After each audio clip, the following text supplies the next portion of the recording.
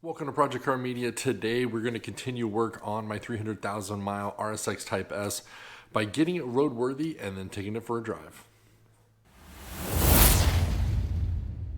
And welcome back to my channel. Now the goal of today's video is to get the car roadworthy, and what I mean by that is having a little bit of peace of mind when you're driving down the road. Now this car already does drive down the road pretty good, but I think with an oil change, some new spark plugs, and those used wheels and tires that I bought, I think that will bring me a lot more peace of mind when we're driving it around. So before we get started on all that, let me show you all the parts that I have for the car so far. Here are the parts that I've got so far and what we'll most likely be working on today. Let me show you what I got. I have water pump, thermostat, OEM Honda oil filter, some oil, spark plugs, a bunch of LED bulbs for the headlights, taillights, LED headlights, and some taillight gaskets. And then over here on the trunk of the BMW, I got some brand new headlights. I was thinking about going with black housed, but because the car is already black, I didn't want to have too much black. So just got some OEM headlights. These will look really, really good. But today, the focus is going to be getting the car running and driving. What I mean by that is I want to do the oil change, I want to do the spark plugs, and then I'm going to show you the wheels and tires that I got. We're going to throw those on as well, so then we can actually go take it for a drive, not worry about the tires, not worry about the engine so much. I'm not going to be doing the water pump and thermostat today. I'm going to save those for a later date just because it's kind of an involved process, and I don't know if you can tell, but I have huge hands, and to do the water pump you actually need to get into some pretty tight spaces. So I don't have any suspicion that the water pump is going bad or the thermostat, so I'm just going to kind of leave them for now, but I do have the parts just in case things start to go south, which is possible at 300,000 miles. So yeah, let's go ahead and get started. As you can see, the engine bay is just as dirty as the inside was, but I'm not very well versed in cleaning engine bays, especially with water. So the only thing that I'm going to focus on cleaning here is going to be this cover here, the valve cover, and the intake manifold. I'm going to really just try to clean up the engine. The intake I'm not going to worry about because I've got an aftermarket one coming. So I was able to clean up the intake manifold just a little bit. I didn't touch this because that's where the cover comes over, but I was able to clean this up a little bit, clean up these throttle cables, as well as the hose. It was really hard to get down here, so I just kind of got the edge and a little bit over here.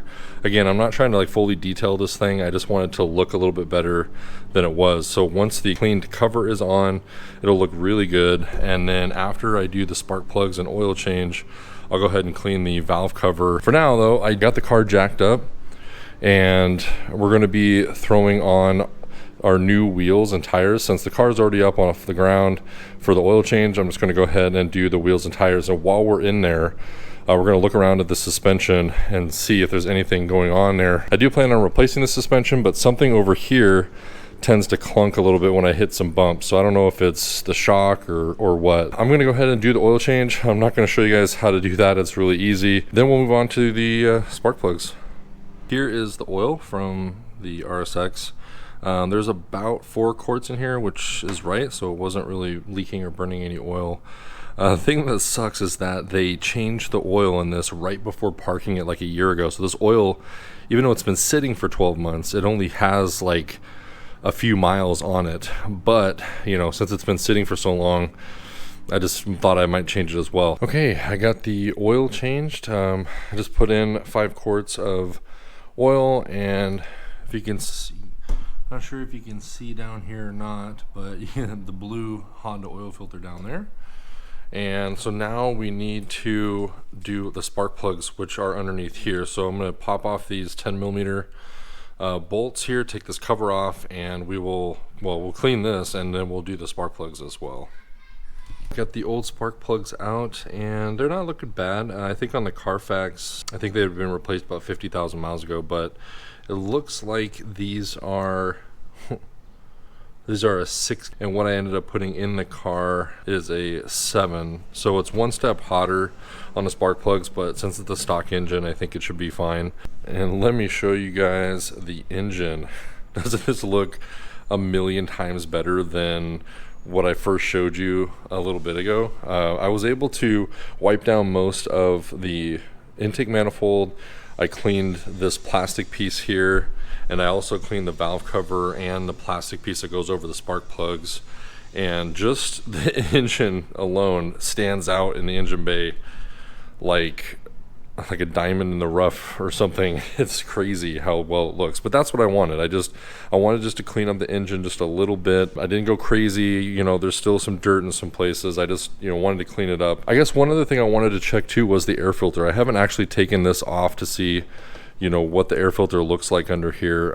So let's go ahead and take this off real quick, just the top part of the box, and just see what the air filter looks like. Got the top of the air box off, and the air filter is actually looking really clean. It must have been replaced fairly recently, but when I did pull the box off, I did smell like that mouse smell. So I don't know, as you can see there's some stuff in here, but it doesn't look like there was a mouse in here. So I'm not sure how that smell got in there. Maybe it was in one point, but when I was looking at the intake tube, you can't really see, but if you look down, I saw a light, and when I look right down here, there's actually a huge tear in the intake tube right here.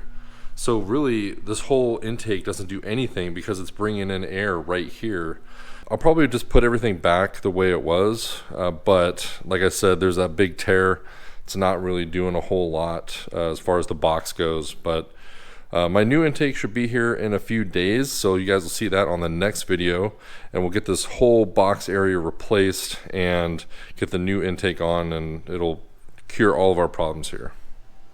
We're pretty much ready to go, but before we start this up, get this thing on the ground and start this thing up, we need to take off the old wheels, and I want to just look inside, make sure everything's good before I show you guys the new wheels and throw those on. Got the driver's side wheel off, and as you can see, it's pretty crazy. You can see through to the engine. There's no wheel well liner in here. The brakes looking pretty good. I don't, you know, it's grooved a little bit, but the brake pads look pretty good, actually. There's a lot left, and the studs look pretty good. So everything in here looks pretty normal. That's good, but we will have to take this all apart when we do some coilovers, which I'm still planning on doing. Passenger side is looking just as good. It's like new studs, new brake caliper possibly. Yeah, everything's looking pretty normal in here. I don't see anything crazy. I do hear like a clunk sometimes, and so I'm wondering if that is like the stock suspension. I'm sure these are the original springs and struts, and they definitely need to get replaced. But overall, the front passenger side is looking good too. So I'm going to take a look at the rear, and if I see anything crazy, I'll show you guys. But if not, I'll go ahead and throw on these wheels. So let me show you what I got. And here is what I got. These are just another set of Acura wheels. These are from like a 2004 Acura TL, and I got them for 200 bucks with really good tires, and they clean up really well. You know, they're not perfect. They got some curb scrape here and there, but like I said, they are much better than what I currently have, and these are 17, so it's a step up in size. I think they'll look awesome. So I'm gonna go throw these on and then show you guys what it looks like before we go cruise. All right, moment of truth here. I got the new wheels on the front. I'm gonna leave the car jacked up. We're gonna start it up, and I'm gonna check for any leaks, and then I'm gonna throw on the rear wheels, back it out into the driveway, and show you all what it looks like.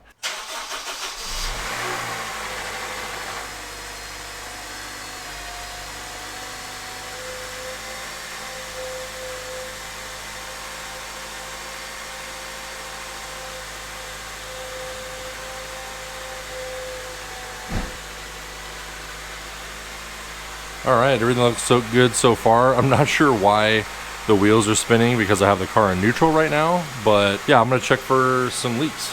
Well, I didn't find any leaks when I started the car up, and man, these are the Acura TL wheels on the RSX Type-S, and I gotta say, they look so much better than what was on there, and I'm pretty sure they'll work. I didn't notice any rubbing or anything, because the car's not lowered yet or anything, but I gotta say, it really changes the look of the car, and I think it looks so much better. So now that we've got the wheels on, oil change, and spark plugs done, let's see how it drives now. On our maiden voyage with the new wheels and tires and the new oil change and spark plugs. And man, the engine runs so good. I'm getting quite like a howl from, I think, these tires. Not really sure. Maybe they just haven't been used in a while or something, but car's driving pretty good right now. And I bet you the whole time this thing was owned, the guy never like brought this thing to Redline, never popped VTEC, and we're gonna change that for sure. The cool thing about these cars is that they're a 200 horsepower, 6-speed manual, and they redline at 8,000 RPMs. So they're very rev happy.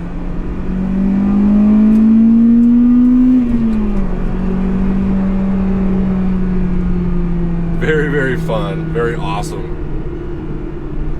The shocks are definitely old and need to get replaced. They are it's definitely kind of floaty in the front and stuff. But the car drives straight. These tires are really loud. Either the tires are loud or my wheel bearings are going bad, one of the two. I'm not really sure. There's still so much power too, and this is with the stock airbox and 300,000 miles. This thing just runs like a champ.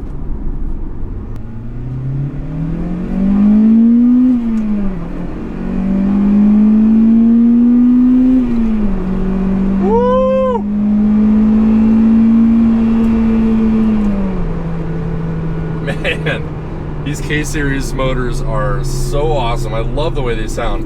And that's with the stock airbox. Just wait until I get the aftermarket intake. It's gonna sound so awesome. And this thing just revs so happy. God, it runs great for having this many miles on it. You would never think that this thing had 300,000 miles. And I love this new shift knob too. So I'm gonna try to hit some corners here, see how it does.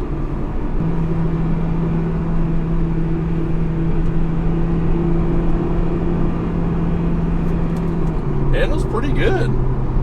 It's still a little floaty, like I said. I think this is the stock springs and shocks, but overall, like, handles pretty good. Very, very happy with this. And guess what? The windows are up, and I have the air turned off, and it smells really good in here. So that's a huge win for sure. I can really hear that howling. I really hope that's not my front wheel bearings. I hope it's just the tires, but I don't know. It sounds like a wheel bearing.